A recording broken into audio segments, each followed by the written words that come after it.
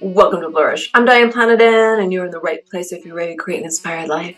And we do so by working on our own personal development. So we can be strong role models for those we love and mentor, and strong for our own personal well-being.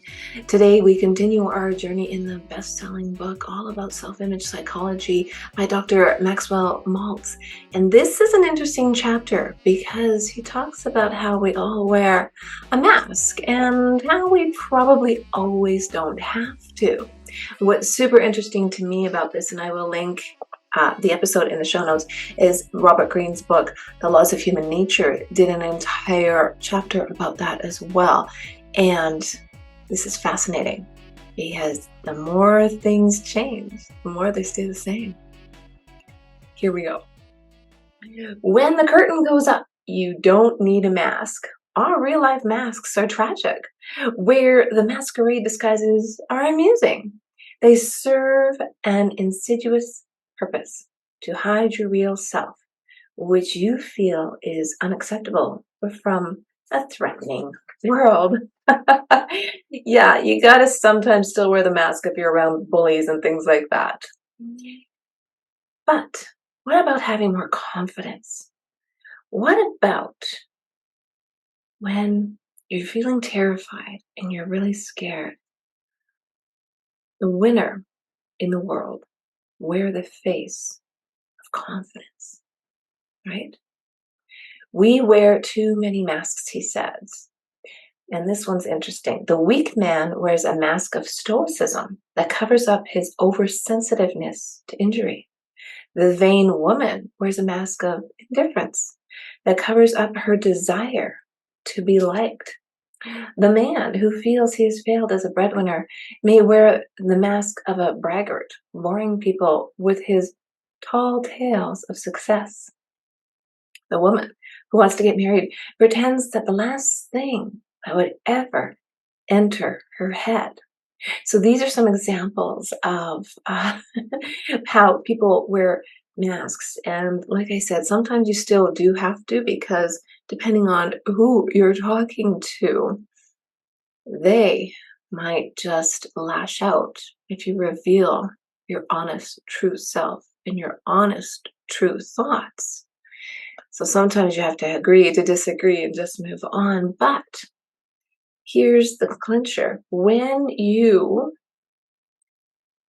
act out a part all the time, he says, you may end up losing track of who you really are.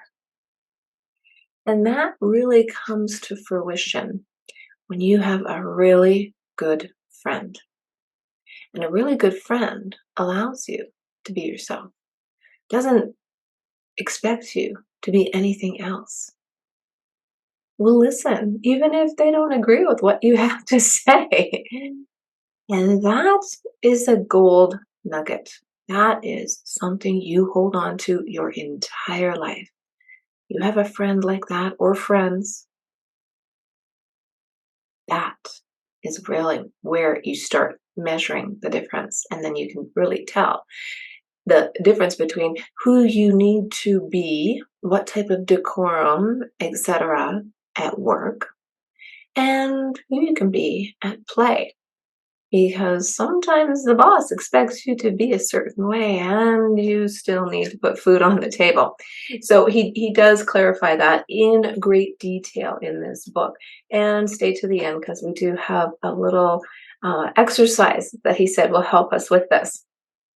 So he says, the great secret of personality is that you must learn to throw away your mask and be yourselves. He has some concepts here that can help you. Number one, do not be afraid to be different. The people who will scoff at you for your uniqueness are beneath your attention. Our greatest creative minds and practical leaders are not afraid to be different. If they were, they wouldn't have reached their levels of success, right?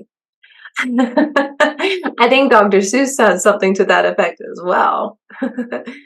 Why not stand out from the crowd? We're all different, each of us unique creatures. Everyone is absolutely original. Number two, lose your fear of perfect people. They are not perfect. They are only acting apart. Don't compare yourself unfavorably to such paragons of perfection. And I would add to that, we think people are perfect. We think celebrities a lot of the time are perfect. And if you look through the history of time, they too bleed and they too are human and they're not on stage at all times. And they also have a dark side. We are all the same. It's what we choose to do with our lives that makes us different. Number three, try to be more spontaneous. Learn to let go a little. When you're about to talk, don't prepare beforehand what you will say. Let the words come out. Most people hate to listen to canned conversation.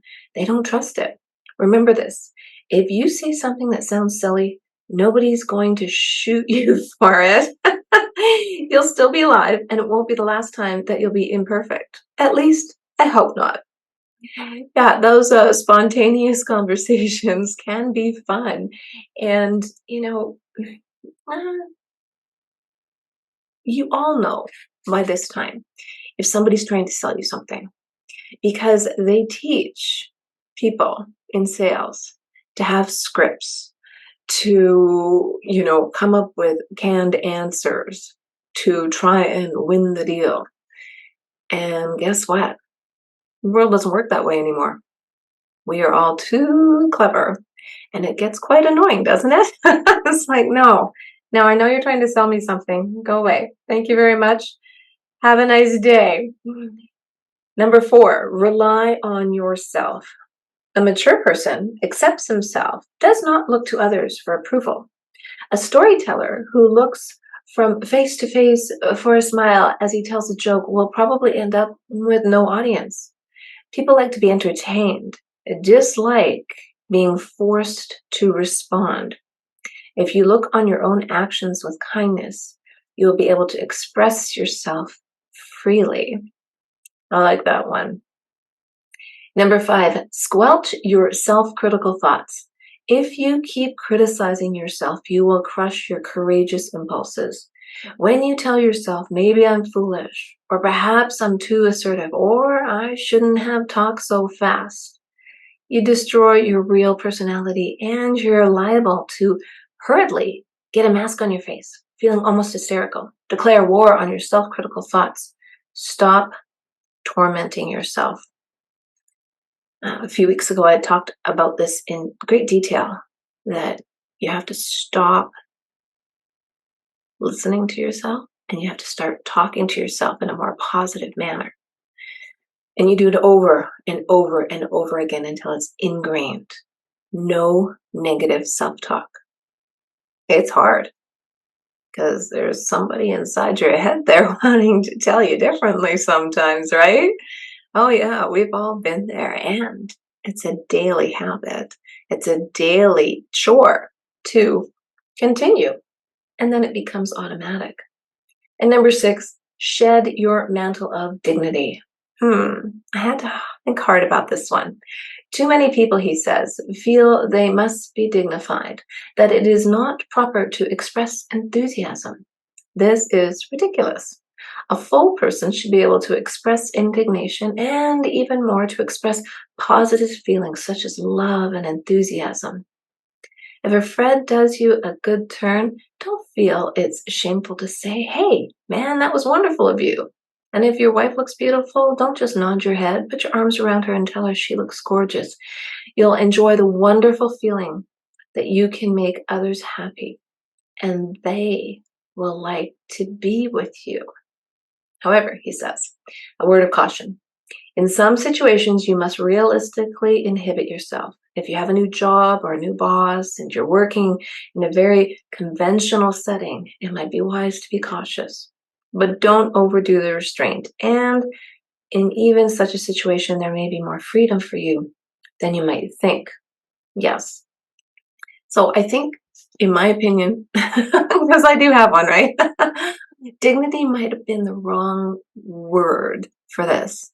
Because when you feel dignified, you hold your head up high and you have confidence. And I think he's more saying, like, just let yourself go. If you're thinking, wow, person walking by me has some beautiful shoes, instead of just staring at them and then thinking, hey, what's your problem, Jose? Just say, hey, nice shoes. And you know what? That's free, doesn't cost you anything, and it feels good to share a positive vibe. It definitely does. So here's this practice lesson I was telling you about earlier in the episode. And it's the tool of being yourself by using your imagination.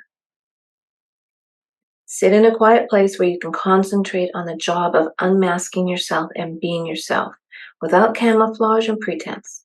Quiet down your thoughts, wrestle away your worries, and just relax. Almost like a sitting meditation. Now, call on your imagination to project you into the future. Set a goal for yourself, the achievement of which would make you happy, and picture the steps you will take. Mentally image the situations you'll be involved in. See them in concrete detail. Needless to say, your aim is self-improvement. Don't worry about falling flat on your face. Mistakes happen, and the more mistakes you make, the more you're learning, and learning is always ongoing. That is the secret to staying young and staying vibrant and staying not only physically strong, but mentally strong. If you keep learning something new.